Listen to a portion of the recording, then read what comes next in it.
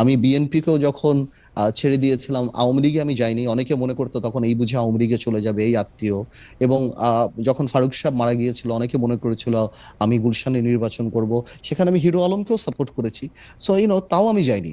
So আমার পার্সোনালিটিটাই জানি কেন জানি খালেদ একটু এই এই টাইপের, এটা না মাহি পার্থ, ভাইও জানে। পার্থ মাহি ভাই আপনি যেহেতু কথাটা মাহি তুললেন, ভাইয়ের সাথে পার্থ আপনি যেহেতু কথাটা তুললেন সেইটা খুবই ইন্টারেস্টিং যে আপনি আসলে হিরো আলমকে সাপোর্ট করে দিলেন এবং হিরো আলমকে বিভিন্নভাবে সামনে নিয়ে আসলেন এবং পুরো ইলেকশনটাকে একটা, আমি যদি বলি যে এটাকে একটা প্রায় ফার্স আপনি বানায় দিলেন। এটা কি আপনি মানে এটা কি আপনি একটা মানে আপনি এখন এটাকে আসলে কিভাবে দেখেন, মানে হাউ ইজ দ্যাট মানে? না, জিনিসটা আসলে এরকম ছিল না। জিনিসটা ছিল আপনারা হয়তো হিরো আলমকে বলছেন, কিন্তু হিরো আলমের ওই কোয়ালিটিটা দেখেন যে আওয়ামী লীগের কাছে বিক্রি হয় নাই হিরো আলম। হিরো হ্যাঁ, আলমকে আপনি তার বেড়ে ওঠা বা তার পার্সোনালিটি দেখে যথেষ্ট আপনি প্রশ্ন করতেই পারেন।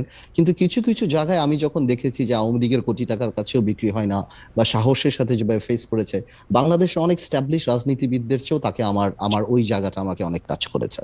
ওকে, আপনি হয়তো তার অ্যাপিয়ারেন্স, তার না না যোগ্য এপিয়ারেন্স কাজগুলো না, উনি কিন্তু উনি করেন। আবার বগুড়ায় গিয়ে একদম বলেন লেখাপড়ার প্রসঙ্গ তুলে না, আবার আপনি বিএনপির যেটাই নেত্রীকে বলেন, মানে প্রসঙ্গ করে, আপনি, আমি তো মানে বললাম যেইখানে আমি কিন্তু একটা কথা বলি, তার জি, রাজনৈতিক মেধা, তার হ্যাঁ, ক্যারেক্টারিস্টিক, এইটা ওইটা কথা বলছি না। বাট আমি ওই সময় দেখেছি he had an option to be bought by Awami League, which he didn't avail.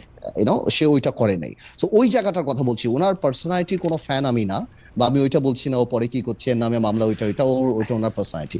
But ওইটা করার কারণটা বা সাপোর্ট করার কারণটা ছিল যে আওয়ামী লীগ এমনি পলিটিক্সটাকে অনেক কোয়েশ্চেনেবল করে দিয়েছে। এবং আরাফাত যত পাকনা পাকনা কথা বলতেন ওই সময়, I am sorry for my language, but like তার থেকে কথাবার্তা বলতেন।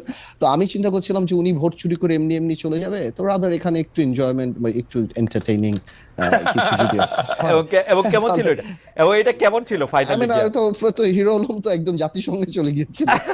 তো না না, ওই ওই দ্যাট ইজ ফান। পর্যন্ত ওকে, ওই পর্যন্ত চলে আচ্ছা গিয়েছিল। একটা